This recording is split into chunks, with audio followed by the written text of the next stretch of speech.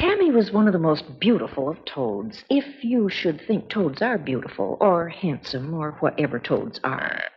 She had such tiny brown spots on her velvety back and quite an unusually good voice in the toad kingdom. She didn't croak as the others did, but she had a voice that could be either very loud or soft with a dainty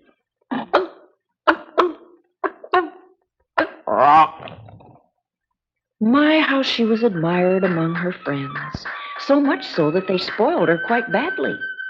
Whenever someone was chosen for any game, can you guess who was chosen first? Yes, you guessed it. Tammy.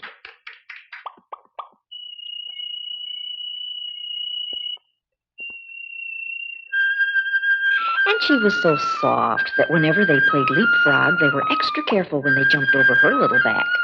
Yes, I guess you might say she was queen of Toadland. Now, sometimes being pampered isn't the best thing for a body's good. No, sirree.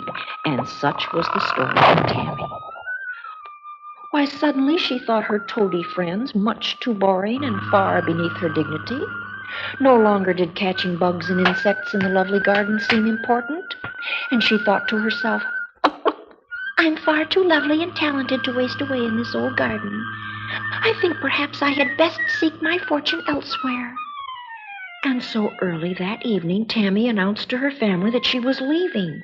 The world around her had become far too stuffy. Her father was dismayed about this and tried with all his croaks and groans to persuade his little Queenie, as even he called her, to stay. And besides, who would take care of her? Her mother became quite hysterical and once even croaked out, Just what do you think you will do? All you've ever done is catch a few bugs.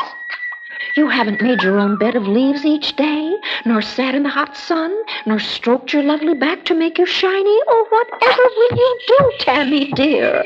Oh, my, how disturbed they were. But alas, in spite of all their pleas and cries, she stood firm. Her mind was made up. She simply put a tiny star jasmine in her mouth and set forth. Well, the moon was coming up through the eucalyptus trees and casting lovely shadows upon the ground, and the fireflies glided through the trees, flashing their little lanterns, and the crickets began their beautiful nightly sounds. All of this made Tammy feel even lighter and more sure of herself. In fact, I'm afraid she didn't feel the first pang of regret nor a doubt as she walked through the gravel and started up Glen Ivy Street. Well, she thought aloud, I guess I'm just about the happiest toad alive. No more work, no more catching bugs and keeping the garden clean, and no more listening to those awful voices trying to sing. Sing! That's what I'll do. Why, I have a lovely voice. I can probably join any of the singers around here that are known for their voices. Let's see, where shall I go first? And at that moment, a weird sound rang through the air. Hoot! Hoot! Hoot! Oh, there is a hooty owl in the woods. Hoot! And he has such a rich voice. Hoot! Not only that, but he's so very wise. And when she reached his big oak tree, she knocked on the trunk.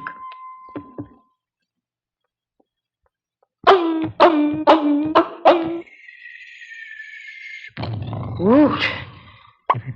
What can I do for you, little one? Oh, I have set out into the world and I would like to sing with you.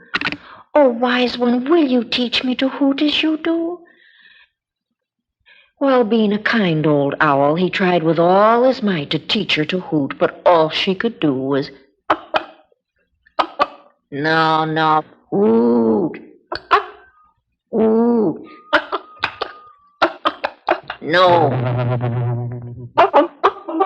Why, little one, don't you go back home? You have a lovely voice, but it will never hoot as mine. So Tammy shook her head sadly and trudged down the road. It wasn't long, however, until she was feeling much better and decided to join the crickets. Perhaps they would teach her to make music as they did, and oh, how exciting that would be. But when she asked the cricket, he only laughed at her. Don't you know? Only the male crickets make that sound. And it is not singing. No, it is not singing. We rub the bases of our front wings together. And this causes the beautiful music you hear. Do you think you could do that?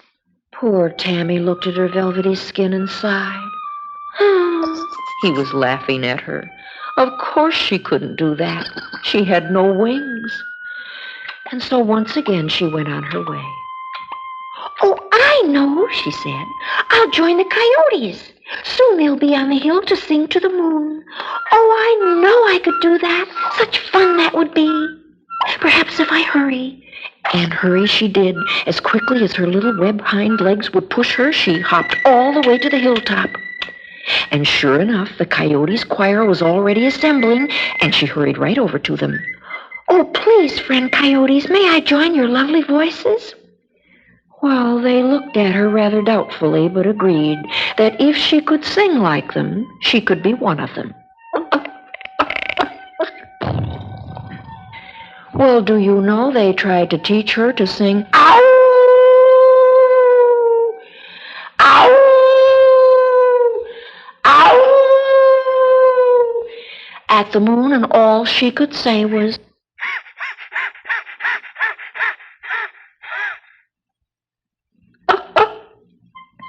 Well, they didn't have to tell her she was not one of them. They just shook their heads, and she left in a hurry. How embarrassing, she thought, to have such a lovely voice and be laughed at by all the animal kingdom. Oh, well, she thought, she could try the robin.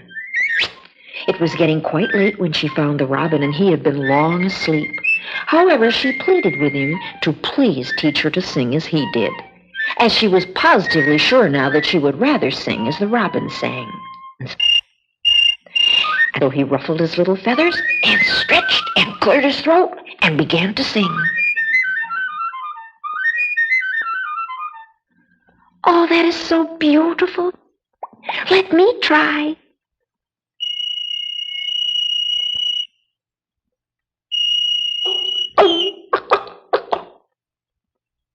"Oh, dear, I can't."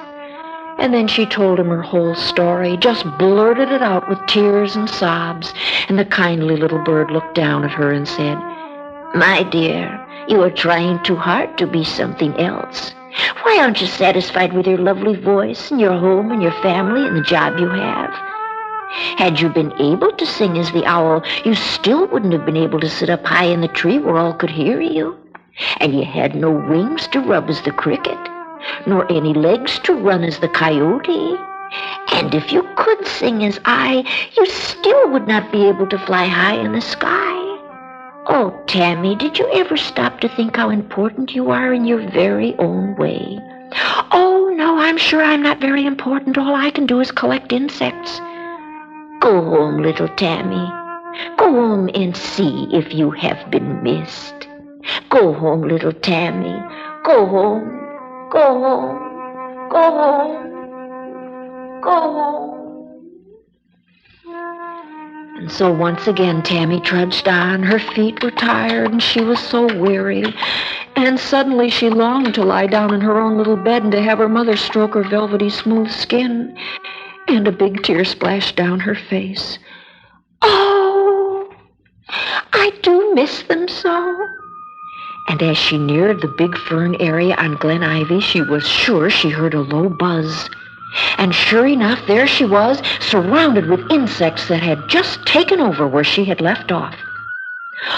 "Oh, my, I am needed. I really have a part to play in my very own world after all." And suddenly all the other toads discovered her return, their very own little Queenie. And how they croaked! Why, you have never heard so much singing in one night. For Tammy had come home.